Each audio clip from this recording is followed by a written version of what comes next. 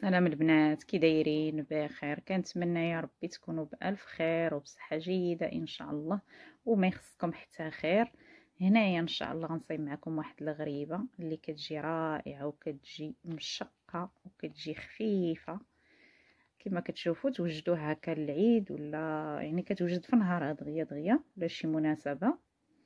هنايا عندي 125 غرام ديال الزبده. هنا عندي زبده لذة بدرجه حراره المطبخ، قبيصه ديال الملح لتحسين الذوق، ساشيه ديال الفاني باش كنسموها، كاس ديال سنيده ما عمرش. اللي كيبغي الحلاوه غيدير كاس. هنا كتعبروا بالكاس ديال العنبه. كندير واحد الكاس ديال الزيت عامر صافي، وغنخلطوا هاد المكونات كاملين مزيان مع بعضياتهم. كندعقوهم مزيان، وخصنا تخدم هاد الزبده والسنيده والزيت. هنا الا عندكم الهاشوار اولا شي روبو راه كدوزو فيه هاد المكونات، راه دغيا كيوجدوا. ما عندكمش راه كتخدموا بحال اللي خدمت انا هكا في القصريه. المهم غنخدمها مزيان هاد الزبده وسنيده. هانتوما غاديين تشوفوا معايا كنخدمهم مزيان، لان كما كتعرفوا راه هاد الزبده المارغرين كتكون شويه قاصحه، كتبغي الخدمه باش ما كيبقاوش فيها دوك الطريفات. كتبقاو تدعقوها مزيان حتى ما يبقى فيها حتى شي طريف ديال الزبده. كيتخلط مع السنيده ومع الزيت. هانتوما غنوريكم القوام ديالها كيفاش غادي يجي. صراحه راه واحد الغريبه كتجي زوينه وكتجي خفيفه. غير جربوها راه تنفعكم، يعني كتوجد في نهارها وتبارك الله راه كتعطي كميه مزيانه. انا راه وريتكم كيفاش جا القوام. هنا عندي نص ربعه ديال اللوز. عندي 125 غرام ديال اللوز اللي شديتها مسحتها ودخلتها للفران حتى تحمرات بقشورها، ودوزتها في الهاشوار اولا في شي طحانه عندكم، وتخليو دوك الطريفات ديال اللوز يجيو فيها باينين باش ملي تكونوا كتاكلوا غريبه كتحسوا بداك اللوز. هنايا عندي نص كيلو ديال الطحين اللي غربلته. الطحين يكون نوعيه جيده. هنا درت واحد الساشي ديال الخميره اللي الوزن ديالو 8 غرام. هنا كديروا الكميه الكثيره ديال الطحين، كتخليو كميه غير واحد شويه صافي. هنا وكنبدا نجمع، يعني هنا ما كدلكوش غير كتجمعوا، كتخلطوا كتدخلوا فيه هذاك الطحين. هنا راه هي ما هاد المقادير ما كيزوش لكم الطحين بزاف، راه كتجي زوينه. صافي كنبقى نخلط هكا وكنجمع. الا خصني الطحين راني غنزيد شويه، يعني الطحين دائما تردوا معاه البال، ما ديروهش في دقه واحده. شي مرات كيكون الطحين كيشرب وما كيعطيناش نتيجه زوينه في الحلوه ولا في غريبه، ولا كتجينا كثرنا الطحين وكان كيشرب كتجينا الحلوه شاحفه، ما كتبغيش تفرقع وكتجي ثقيله شويه. صافي هنا راه كما شفتوا زدت شويه ديال الطحين. صافي هنايا ها هي العجينه ديالنا بعد ما جمعتها. شوفوا كيفاش جا القوام ديالها زوين، وجات العجينه رطيبه كما كتشوفوا معايا. هنا الطحين راه بقى ليا شويه من داك نص كيلو، يعني ما نساش ديال نص كيلو كامل، بقات لي واحد 50 غرام ديال الطحين. هنايا غندير كويورات نبدا نكور فيها.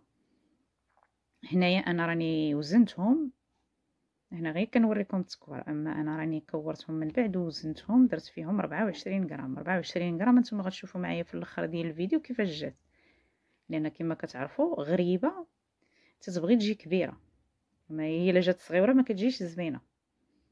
صافي هنايا كتكوروا واحد 6 الحبات حتى ل10 الحبات وكدوزو. غنوريكم كيفاش باش دوزوها في السكر كلاصي.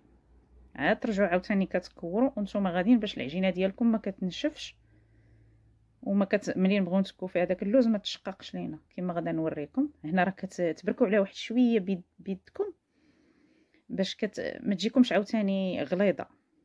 ضروري تبركوها نتوما كما كتشوفوا، بركوا واحد شويه عليها. هنا عندي سكر كلاصي سبيسيال نوعيه جيده. هنا عندي اللوز، الا كان اللوز صغير كتخليوه ما تقسموش. انا راه عندي هنا اللوز صغير وعندي كبير، داك الكبير قسمته على جوج. صافي هنايا ها نتوما كما شفتوا كديروا لها غير وجه، غير واحد الجهه في السكر كلاصي، وكاين اللي كيديرها كامله في السكر كلاصي. انا جربت هذيك وجربت هذيك اللي كديروها كامله في السكر كلاصي، راه السكر مع غريبه ملي كطول في الفران داك السكر كلاصي كيتحرق عليها من التحت وكيعطي واحد المذاق ما زوينش. كديروها غير في جهه وحده السكر، ها نتوما كما كتشوفوا معايا، يعني غير في وجه واحد صافي. وكتبقاو غاديين هكا حتى كتكملوا كما قلت لكم واحد 10 ديال الحبات. ولا انا غنبقى غادا هكايا كندوزها غير في جهه وحده صافي. هنايا ها نتوما كما شفتوا. دابا هنايا علاش قلت لكم ديروا 10 الحبات ولا هذا، ملي كتبداو تكوا فيها هكايا اللوز باش ما تشققش ليكم. اما هي الا خليتوها حتى كملتوا عمرتوا الطاوه ورجعتوا كتكوا دوك الحبات ديال اللوز كتولي كتشقق كتكون شحفات. الا ديروا غير واحد الكميه قيمه 10 الحبات ولا صافي، وكتدوزوهم في السكر كلاصي وديروا لهم اللوز ديالهم وتعاودوا ترجعوا تكملوا ما تبقى. صافي غنبقى غدا انا هكا على هذا الشكل هكا حتى نعمر الطاوه. راها صراحه كما قلت لكم راها كتجي رائعه، غير جربوها ما تندموش عليها.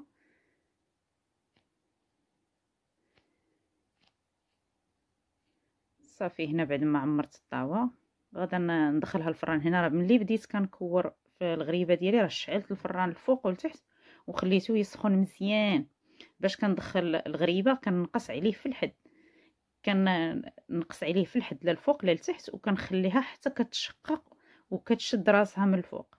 كتبان ليا تشقات وشدت راسها كنطفي عليها الفوق وكنخليها تحمر غير من التحت والعافيه مهيله. ها نتوما كما كتشوفوا معايا العافيه راه ناقصه على الحد ديالو الفران.